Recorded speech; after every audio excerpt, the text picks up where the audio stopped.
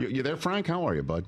Yes, I am, Rich. How you doing? I'm doing great. This is old school, Rich Eisen Show, old school. That's even sincere. But good to have you on the program, Frank. How you doing? Yeah, I need my kids around to figure out this computer stuff. So I apologize. Are you serious? Like you haven't even figured out? No, it works. For some reason, it's not working. I'm on Zoom all the time. I don't know what the issue is here. Okay, very good.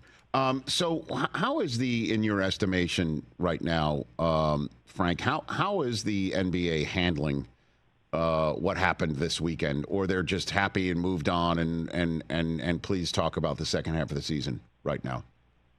Well, I don't think they handled last year really well. They tried to change some things around. I don't know why they had a fourth team include guys that are first and second year players. So on All-Star Sunday, you have Dalton Connect playing, but you don't have Devin Booker or De'Aaron Fox or even Sabonis playing in the game. So that part of it made no sense. So next year to go to NBC, and I think they'll do a little bit better job. We love the guys on TNT, but I think, they made it too much about them and not enough about the players. I mean, come on, Rich. Kevin Hart got more time than Jalen Brunson did. Jalen Brunson was voted on by the fans, the media, and the players to start. He played 8 minutes and 17 seconds of an All-Star game, voted on as a starter. That makes no sense. Yeah, it makes no sense also, though, that I don't know. I mean, it's an annual issue of just wringing your hands, Frank, right? Yep. Over an All-Star game that, for which there appears to be no answer for the NBA. But the reason why I keep, bringing it up here over the next couple of, days until we get the action back here is it feels like it's kind of part and parcel of whether the players really care about anything other than the playoffs, Frank, what that's about. You just hit the nail right on the head. I think, they're trying to come up with all these gimmicks to improve the game. And, they'll probably at some point, maybe next year, even do a USA versus the rest of the world. There's always been talk of that. But, it's not really the gimmicks. What you need is for the players to try just a little bit harder. About a month ago on NBA TV, they had the 93 All-Star game was on. It was in Salt Lake. That was the year that Charles Barkley was the MVP of the league. The game went into overtime. And in that overtime period, you had Charles Barkley on the court with the Western Conference All-Stars, along with Stockton Malone. I think David Robinson was out there. In the East, you had Michael Jordan, Scottie Pippen, Patrick Ewing, and those guys were playing hard. They weren't treating it maybe like Game 7 of the NBA Finals, but they were getting after it. And that ultimately is what it comes down to, is the players caring a little bit more and trying a little bit harder. And that's why my suggestion has, for a bunch of years now, has been just expand the rosters to 15. And, if the coach goes to those players on the Saturday practice, assuming, of course, everyone shows up for the Saturday practice, and just ask guys how much they want to play. Nikola Jokic didn't seem into it last year, but if he wants to play 5 or 8 minutes at the start of the game, all right, give us 5 or 8 minutes where you play relatively hard. Baseball All-Star game, Aaron Judge may only get 1 at bat. Ohtani may only get 1 or 2 at bat. So if a lot of these guys don't want to play 30 minutes, that's fine. But I think you could find some of the younger players that would play hard. I'm guarantee you Jalen Brunson would have given you more than 8 minutes and would have played pretty hard. And if you expand the rosters to 15, which is what the rosters are now for NBA teams, I think you could figure out, you can get guys, you could find 10 out of the 30 guys you pick to play pretty hard. So is it a fair assessment, though, that the NBA players, certainly the stars, do not particularly fret the regular season at all? It's basically about, staying as healthy as you can and load manage your body up until April. And it really doesn't matter whether you're the 3 seed or the 6 seed. Just get there, and then the season begins. Is that legitimately a criticism, Frank? I think that's part of it. My only thing would be, if you look last year, Boston, hit the ground running in the regular season, and they stayed relatively healthy. And their 2 main guys, Jason Tatum and Jaylen Brown, were relatively healthy. They played in most of the games. And by getting the number 1 seed, everyone talked about Boston's easy run to the title. Well, they earned that because they had the best record. I always feel, especially in that first round, if you finish 10 games better than your opponent, maybe your opponent only gets 2 home games. You should have a bigger advantage if you're going to have a great regular season record than only getting 1 extra home game than the opposing team you're playing. So you mentioned the playoffs. I also think players, let's face it too, guys come into the league earlier. The clock starts ticking on their rookie contract. So if you come into the league at 20 and you last until you're about 35, think about how much money you could make. So I think the players, I think their agents are behind it, but I also think a lot of times the front office is behind kind of resting guys and making sure that everyone is healthy for the playoffs. But again, Boston did it differently last year, and they ended up being the champions. Frank Isola, SiriusXM NBA radio host. Also, you'll see him on various ESPN programs, Around the Horn being one of them, right here on the Rich Eisen Show. Why was Luka traded, Frank? Yeah, I don't know. It still doesn't make any sense to me. I mean, the guy went to the finals, 7.5, 8 months ago. And it's one thing to trade a guy, and a lot of people, I couldn't believe that the trade was made, and I was critical of it. And a lot of people were responding, well, you have no idea how good Anthony Davis is. No, everyone knows how good Anthony Davis is, but he's 6 years older. You don't trade 25-year-old franchise players for guys that are 6 years older.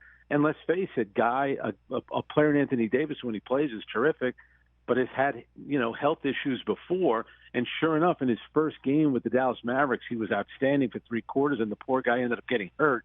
And now, who knows how long he's going to be out for. But, for the Lakers, I think it's a home run. The Lakers luck into everything, and, they're smarter sometimes than other organizations, but they got Kareem, they drafted Magic, they drafted Worthy. They made a draft day trade for Kobe. Shaq went there as a free agent. LeBron went there as a free agent. And now they trade for Luka Doncic. So they have a habit of always finding one of the top 5 players in the league. So for them, I thought it was a stroke of genius. They've won a title with Anthony Davis, so he gave them something. And now if you're being smart, and it's not a knock against LeBron, but you do have to start thinking, what are we going to do when LeBron walks away? Maybe it's not going to be for 2, 3, 4, 5 years. Who knows with LeBron? But at least you have a 25-year-old guy who, if he could stay healthy, is a dominant player in the sport. So then let me rephrase, Frank Isola. What's your best guess as to why Luka was traded? Because there had to be a reason. There had to be a moment where, the GM or the owner sat down, could be Jason Kidd too, where somebody sat down and said, we can't do this anymore. We don't want to do this anymore. There had to be that moment. And the question is what is it? I think you're right. I always think it's a number of things. I think that probably had a little bit to do with it. I think they were growing tired of Luka, being out of shape. He does a lot of complaining during the games. Almost the moment that sticks out for him the most from last year's finals was when he committed, was it his 5th or his 6th foul, like 35 feet from the hoop, and he's yelling at the bench like it's their fault. So I'm sure, like a lot of, great players, sometimes it could be a bit high maintenance, but still, how does he deliver? He went to 2 conference finals and NBA finals in the last 3 years. And maybe the ownership there just didn't want to give that big fat contract that he's eventually going to get, what it would be, $350 million. So I always think it's a number of factors. The owner, Patrick Dumont, he's a Brooklyn guy. So I would think, you would hope that a Brooklyn guy would be smarter than that. Not to, Michael Jordan was born in Brooklyn. We claim him as our own, Rich. Yes. So when you have a guy like Luka Doncic, those guys are not easy to find. So there's a reason why a lot of teams will be in the lottery this year and are trying to be in the lottery. And they're probably going to draft whoever gets the first pick. Will draft Cooper Flagg, number 1 overall. And what are you hoping? You're hoping that Cooper Flagg could one day become as good as Luka Doncic. So if you have Luka Doncic, why would you trade him? I don't understand it. And by the way, fun fact, Frank Isola, I was born in Brooklyn too. Me and you. There you go. I said that the 3 greats, me, you, and Jordan. That's. And I do believe I can fly as well, Frank. So, But you fly first class. I'm business class. Frank knows. Coach class, I meant. In a middle seat. That's the difference. I don't know what you're talking about, Frank. 1A, Frank, 1A. I don't even know what you're talking about. So outside of how this trade plays out and whether it can lead to a Lakers championship now, what is the biggest storyline you're looking to see play out over the final weeks of the regular season, Frank Isola? What is that? Yeah, I think one will be Oklahoma City. How they do. The chances are they will finish with the best record. Certainly in the Western Conference, they had that last year. They got knocked out in the second round. It'll be really interesting to see some of these guys that are hurt. and if they can get up to speed, if Dallas does get all their guys back, they could be a dangerous team. And then the Eastern Conference is interesting from this standpoint. It looks like no one's going to catch Cleveland. So if you don't, you're looking at a potential second-round matchup of Boston against the Knicks. And the Knicks are an interesting team to watch because it looks like at some point Mitchell Robinson is going to be back. And if you have Mitchell Robinson back, he makes you that much better defensively. And the Knicks certainly need to get better from that standpoint. So, you know this, Rich. Once the All-Star break is over, we have the feeling it's All-Star break, so everyone's thinking 41 games. There's now like 26, 27, 28 games left for everyone. Mm-hmm. So the last, this last stretch of the season turns out to be a sprint, especially when you get to March and a lot of people start paying attention to college basketball. But I think that's a big part of it. Which one, these teams that get back injured players and, how well they'll fit in. Dallas has got some big issues with their front line, and obviously the Knicks with Mitchell Robinson.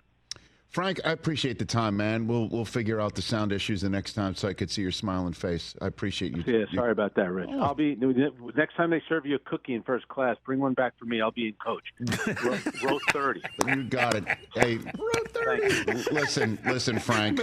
I will always do that. But since you're now leaving the show and I'm about to hear it from these guys, you can have my warm nuts anytime, Frank. Wow.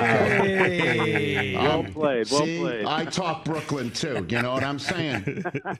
Take care, Frank. Take care. You got it. That's Frank Isola.